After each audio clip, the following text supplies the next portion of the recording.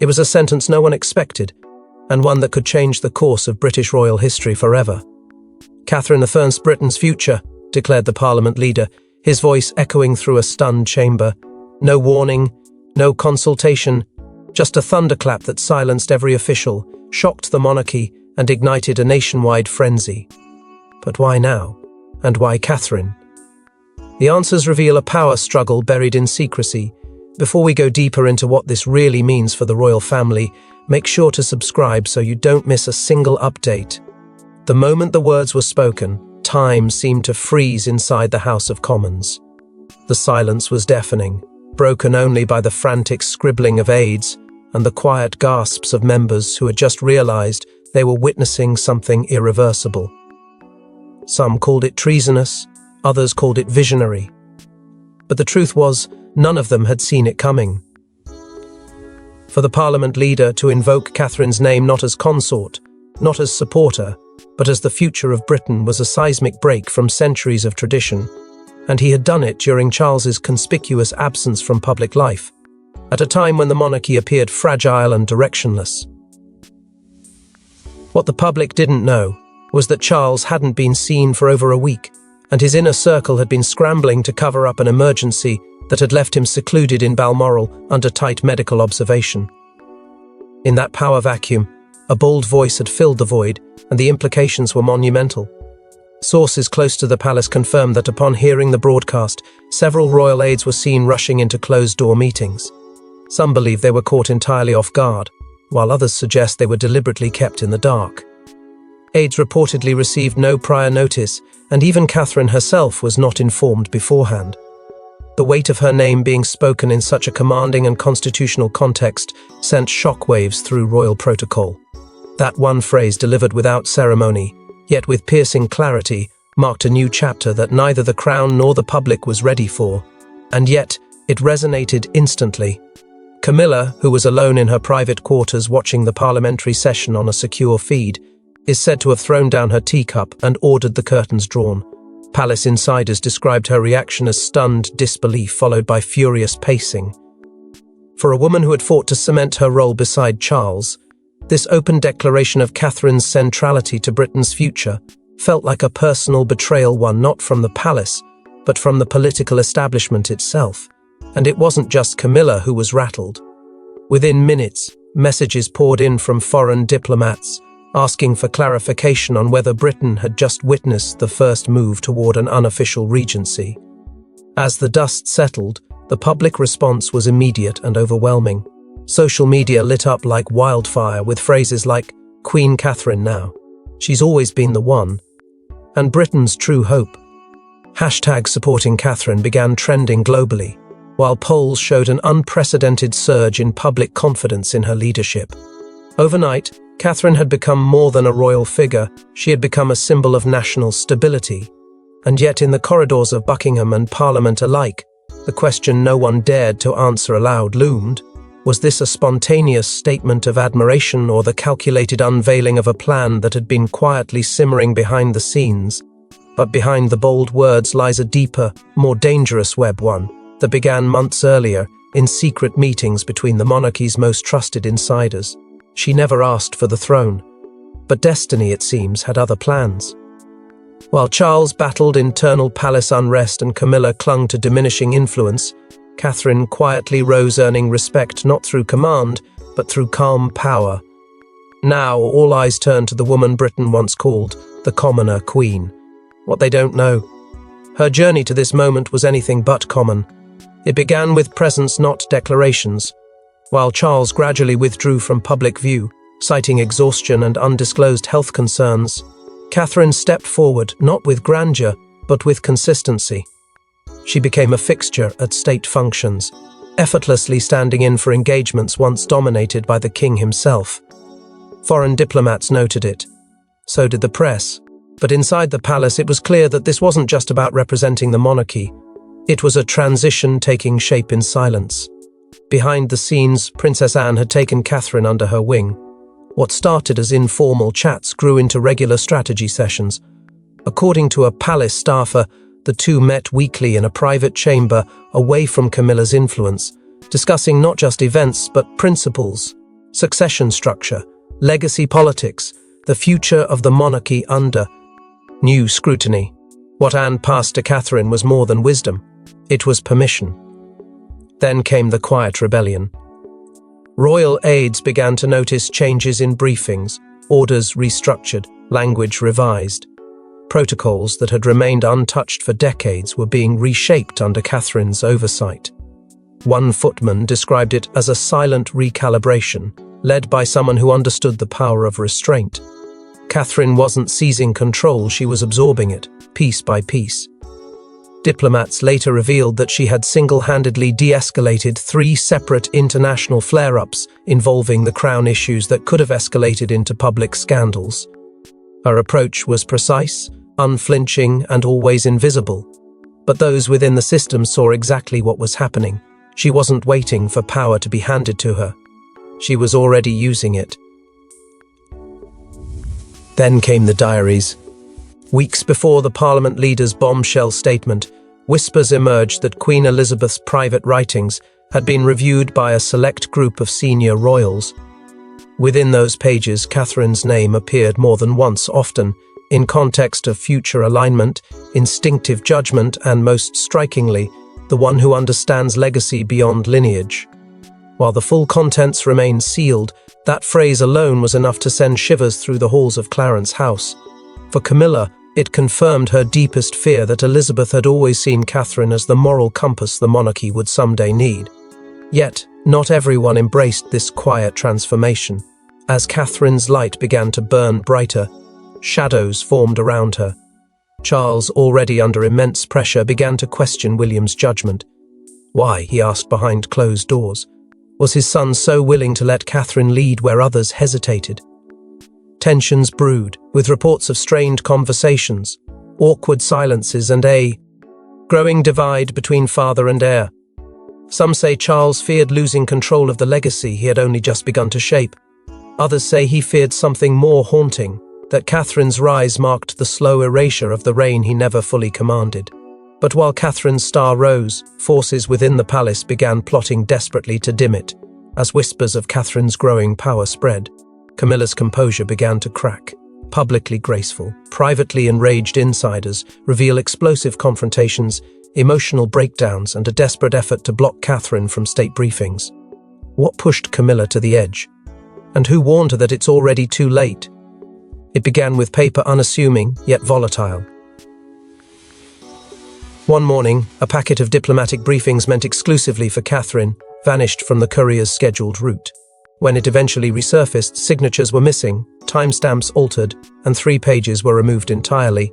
The source of the breach? According to a former aide, all evidence pointed back to Camilla's private secretary. The implication was undeniable. For a senior royal to interfere in official communications marked more than rivalry, it signaled sabotage.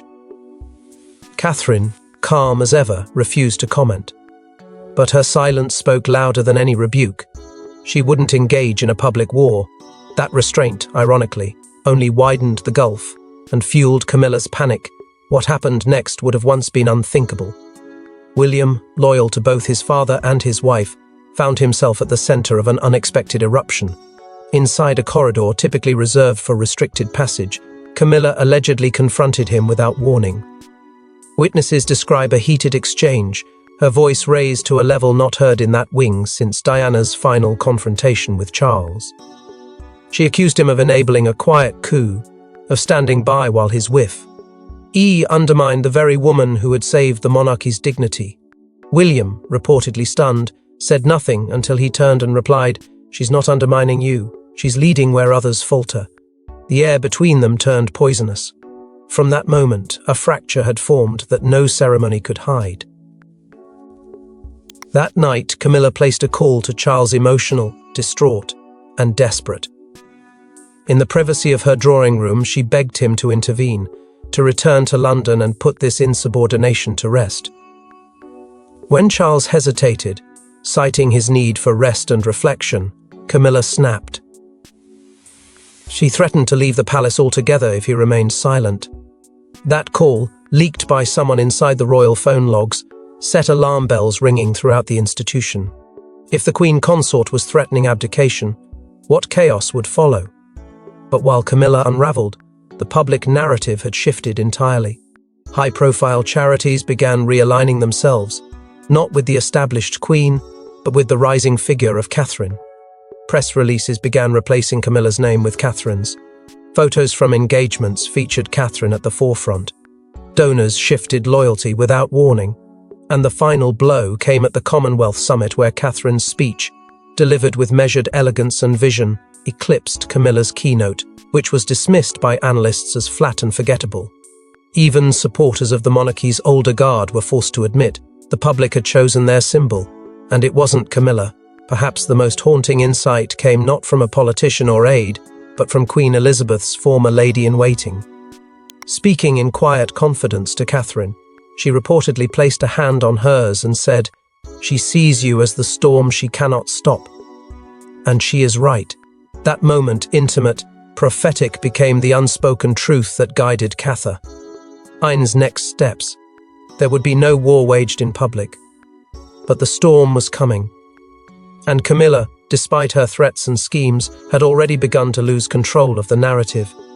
And as the royal halls turned cold with conflict, Parliament's leader made his move with a document that would ignite the fire. Hidden behind locked doors and encrypted communiques, a covert strategy was hatched, a plan known by only a few, and whispered in Parliament halls as Operation Sovereign Ember. Designed during Charles's mysterious retreat from public life, it named one person as Britain's stabilizing future. That name was not Charles, it wasn't William, it was Catherine. And the plan had already begun. The seeds of Sovereign Ember were sown not in palace corridors but in hushed parliamentary meetings, where rising uncertainty over Charles's unexplained absence forced senior leaders into action. With no formal address from the king and growing concerns over Camilla's erratic behavior, a vacuum of power threatened to upend the fragile equilibrium of the monarchy. That's when Parliament's leader, along with 2 senior ministers and an unlikely royal ally, Princess Anne, gathered in a secured briefing chamber under maximum confidentiality. What emerged was not a coup, but a contingency. A quiet, deliberate plan to prevent a constitutional crisis. Sovereign Ember. A doctrine drafted to shift the center of gravity from a faltering monarch to a woman who had, without fanfare, already won the nation's trust. Catherine. The strategy was simple in design, but seismic in consequence. It outlined a series of temporary executive responsibilities to be transferred not to William, not to a council of elders, but directly to Catherine. These powers were framed as advisory, transitional, and contingent on the king's medical leave. Yet anyone who understood royal language knew what it truly meant. Catherine was being prepared as the public face and decision-maker of the crown in all but name. But what gave this covert operation its authority wasn't just political urgency, it was history, buried within the final codicil signed by Queen Elizabeth. The second before her passing was a clause invoking a monarchical stabilization clause, allowing senior parliament figures to initiate a temporary royal pivot in extraordinary times. And the clause didn't name Charles. It referenced a future sovereign of merit, stability and moral trust, a phrase long rumoured to be Elizabeth's way of safeguarding Catherine's rise. When word of Sovereign Ember began leaking to palace intelligence, Charles's private security council scrambled in confusion. They hadn't been briefed, no protocols had been initiated through traditional channels. Panic spread quickly, meetings were called, communications monitored. Even Charles's private secretary reportedly demanded an emergency link to the Prime Minister. But the machinery had already begun to turn. Sovereign Ember wasn't waiting. It was unfolding, and yet, amid all of this, Catherine's response was both characteristic and chilling. She said nothing. Publicly, she carried on with her duties as if nothing had changed. Privately, a trusted aide confessed that Catherine was shaken not by the power offered to her, but by the knowledge that Charles had not been consulted. This wasn't how she wanted the responsibility to arrive. But she also understood that sometimes history doesn't ask for permission. But as news of the plan surfaced, it wasn't Charles who responded first, it was William. At midnight, under heavy guard, Prince William stormed into a secured room at Kensington with a message no one expected. "If you're going to crown her, you deal with me first." His voice cracked with emotion, torn between royal duty and love. What followed would either make him a kingmaker or break the bond between father and son forever. William had kept silent long enough. For weeks, he watched the mounting chaos unfold around him, his father's absence turning into whispers, Camilla's panic boiling into fury, and Catherine's name being lifted from mere admiration to something dangerously close to coronation. But Parliament had crossed a line. They moved forward without so much as a single formal consultation with the royal family, as if the monarchy's bloodline could be bypassed with strategy alone. It wasn't about rejecting Catherine's place. It was about control slipping away from royal hands. And in that moment, William wasn't just a husband or a son. He was a prince trapped between two thrones, one built on heritage, the other on public will. Sources close to the palace confirmed that William placed a highly encrypted call to Charles that same night. Their conversation lasted only 7 minutes. No formal pleasantries, no diplomatic framing, just raw, honest fury. When Charles asked if William intended to block the motion, his son simply replied, "I won't stop them anymore." Those words hit like a shattering bell. For Charles, it was confirmation. His own son had stepped away from defending the old order. And yet for William, it was the only way forward, because the woman he loved was being forced into a storm she never chased. And all the while, the very institution meant to protect her was preparing to use her name as a political shield. Torn by the weight of legacy and loyalty, William sought Catherine's counsel. But Catherine, ever composed, asked only for peace. She begged him not to escalate the divide, urging restraint in the face of rising pressure. Her voice, calm yet resolute, grounded him but could not erase his dread. Parliament was not backing down, with sovereign ember gaining traction and support across senior civi.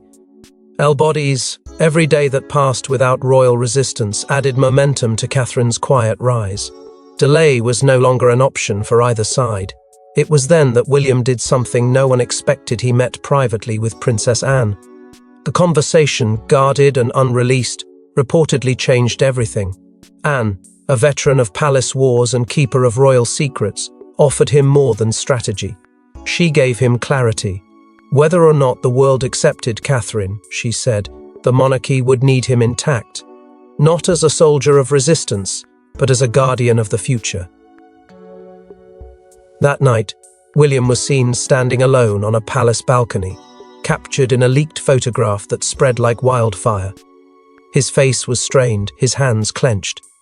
A man no longer fighting the inevitable, but preparing for what would follow. But as William grappled with impossible choices, Charles finally re-emerged, and what he said would change everything. Pale, weathered, and leaning on a cane, King Charles faced the nation with a voice full of finality.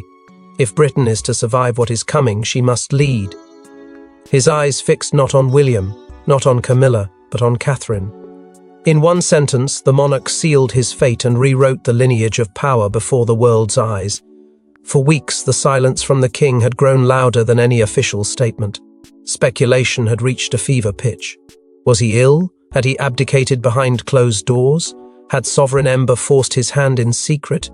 The truth came crashing in during a live, unexpected national address, an emergency broadcast with no royal fanfare, no trumpets, no grandeur.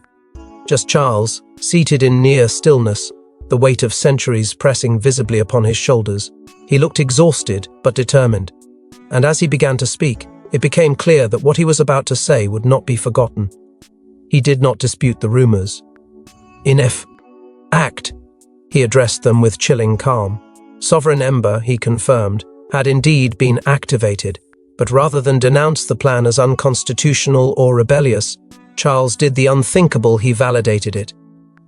The protocol was not born of ambition, he said slowly, but of necessity, and I have reviewed its contents.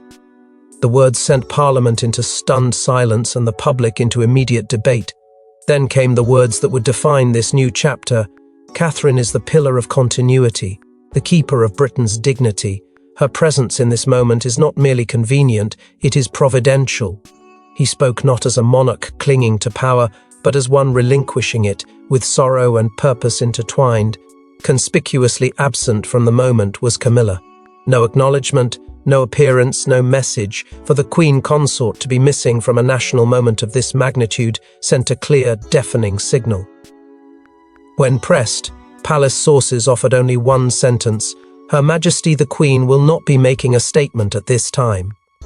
The internal fracture that had been building was now public, exposed and irreversible. But the part that shook the foundations came near the end. In a moment that blurred the past and the present, Charles referenced a private letter from Queen Elizabeth, written just weeks before her passing. In that letter, Charles revealed, Elizabeth had expressed her belief that should the monarchy find itself at a crossroads between appearance and authenticity, Catherine must be the one entrusted to carry the heart of Britain forward. That single revelation sparked a wildfire of reaction. For monarchists, it was a divine alignment. For critics, it was confirmation that the institution was choosing symbolism over succession. But for the people, especially those gathered outside Buckingham Palace by the thousands, it was a moment of clarity. I began chanting, not for Charles, not even for William. They chanted for Catherine. A name that had once lived in Diana's shadow now stood as the rallying cry of a nation in transition. Yet even as the monarchy appeared to unify, the battle was far from over because Camilla wasn't finished fighting. She built her world beside a king, only to be cast aside like a footnote. But Camilla wasn't going quietly. In a desperate final maneuver, she summoned her allies, exposed classified files, and threatened to invoke a clause buried deep in the royal marital accords. Her war wasn't just for power, it was for survival. After Charles's public endorsement of Catherine, Camilla's silence shattered behind closed doors. What began as quiet disbelief soon erupted into rage-fueled retaliation. She refused to be erased. Within days, she turned to a little-known clause buried in the decades-old royal marital accords, a dusty document rarely mentioned, never invoked. It detailed the financial protections of a queen consort in the event of a royal restructuring, but Camilla intended to weaponize it. Her strategy? Freeze the flow of sovereign funding allocated to Catherine's increasing responsibilities. If she couldn't stop her rise, she would starve it. Palace accountants, stunned, confirmed a sudden hold placed on discretionary budgets related to Catherine's engagements. It wasn't just pettiness, it was warfare dressed in paperwork. But Camilla's circle began to crumble. Once loyal advisors grew distant. Senior courtiers who had defended her for years quietly crossed into Catherine's camp. Even former press allies refused to print her rebuttals. The turning point came when a confidential memo, allegedly written by Camilla and addressed to a group of foreign dignitaries, was leaked to the press. In it, she questioned the legitimacy of Parliament's actions and called Catherine's rise constitutionally vague and emotionally manipulative. The backlash was instant and brutal. British public figures condemned her tone. Global leaders distanced themselves. The palace's communications office refused to defend her. Behind the scenes, a final confrontation unfolded that would leave permanent scars. Princess Anne, the ever-loyal guardian of royal duty, confronted Camilla in a private drawing room, an encounter described by insiders as explosive. Voices rose. Tears were shed.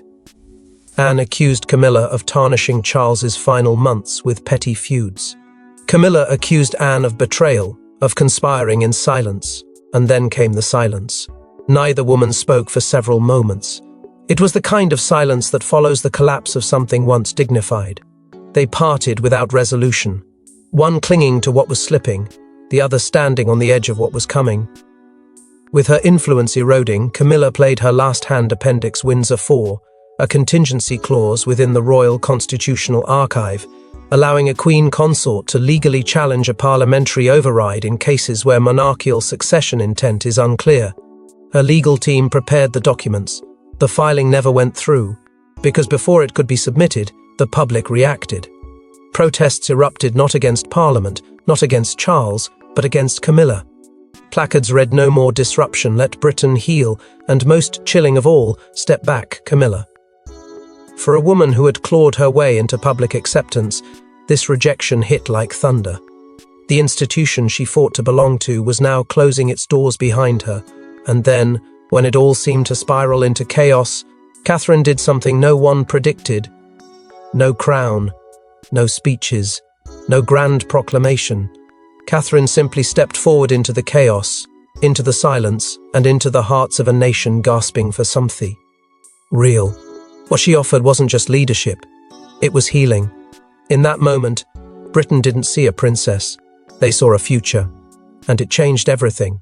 With Camilla's fury collapsing into irrelevance, and Charles receding once more into quiet retreat, Catherine emerged not from the palace, but from among the people. Her first public gesture wasn't a royal procession, it was a visit to a small, underfunded NHS hospital on the outskirts of London. No press statement, no announcement, just a visit. She shook hands with nurses exhausted by years of crisis.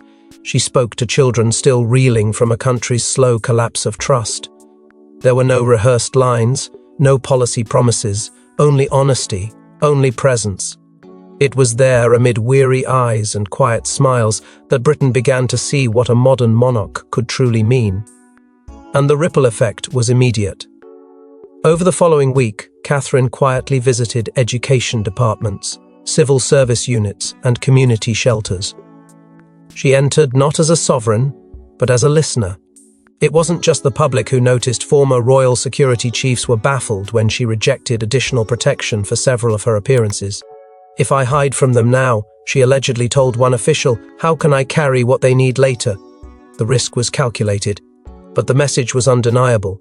Catherine wasn't ascending, she was anchoring, and the people responded, not with applause, but with relief. Media coverage that once hesitated to name her as anything beyond a supportive wife now spoke with renewed conviction. Headlines declared, "Catherine doesn't need a throne to lead." Op-eds described her as the embodiment of what Britain had long forgotten: grace without grandeur, strength without spectacle. Even her critics were silenced, not because they were shouted down, but because there was simply nothing to attack. Her actions dismantle every argument with quiet precision. Inside the palace, something shifted. Princess Anne, long known as the monarchy's hardened sentinel, was reportedly moved to tears after a private briefing with Catherine. Prince Edward, typically restrained, broke decades of silence to call her the only light strong enough to carry Elizabeth's shadow. And behind them all, the staff, those who serve without titles, began calling her something simple, the constant. But it was one whispered observation shared by a senior royal aide that captured what the nation was truly beginning to feel. "She's not rising to power," the aide said. "She's absorbing the pain of a nation." In those words lay the truth. Catherine wasn't asking for a crown. She was becoming the mirror of a country desperate to believe in something again. Not because she had to, but because no one else could. But what came next at a closed-door council meeting would formalize what the world already felt. In a candlelit council room with no cameras, no fanfare, and no Charles, Britain made its most radical decision in 300 years. A formal proposal: Princess Catherine shall assume the role of royal regent in waiting, with full preparatory powers. It wasn't just a title. It was a revolution in pearls and principle, and the monarchy would never be the same. The session was held behind sealed doors, under strict confidentiality, but the weight of the moment was felt across the nation before a single word reached the public. Senior members of the Royal Advisory Council, constitutional liaisons, and selected parliamentary figures gathered to determine the shape of Britain's next chapter. It wasn't ceremonial, it was consequential. For the first time since the age of regency monarchs, a pre-succession transitional title was being activated not for a reigning king's heir, but for the woman the people had chosen in spirit long before the state caught up. The vote was nearly unanimous. A single abstention. No dissent. Princess Catherine, by official designation, would become royal regent in waiting. This title did more than acknowledge her presence, it empowered her future. Diplomatic representation, oversight of ceremonial protocol, and access to succession procedures were all bundled into the regency order. The language was clear. Should Charles be unable to return to full capacity, the regent in waiting would be elevated without delay. But it wasn't the legal wording that caught the public's imagination. It was the parliament leader's chilling and beautiful statement. After the vote, "We did not crown her. We recognized her." Hours later, a sealed letter from King Charles was delivered to Windsor. Inside were 3 items: the crown seal of protocol, the sovereign vault signet, and the royal steward's cipher. These weren't trinkets. They were access tokens, keys to the innermost operations of the crown. With those in her care, Catherine's authority wasn't symbolic, it was strategic. She now held the very instruments of legacy, not through conquest, but through trust. As news of the regency in waiting spread, the palace underwent a quiet transformation. Without press release or protest, Camilla's portrait was quietly removed from several key ceremonial halls. No reason given, no replacement announced, just a space empty and echoing. It was a symbolic closure that the palace never needed to explain. The public understood. The era had shifted.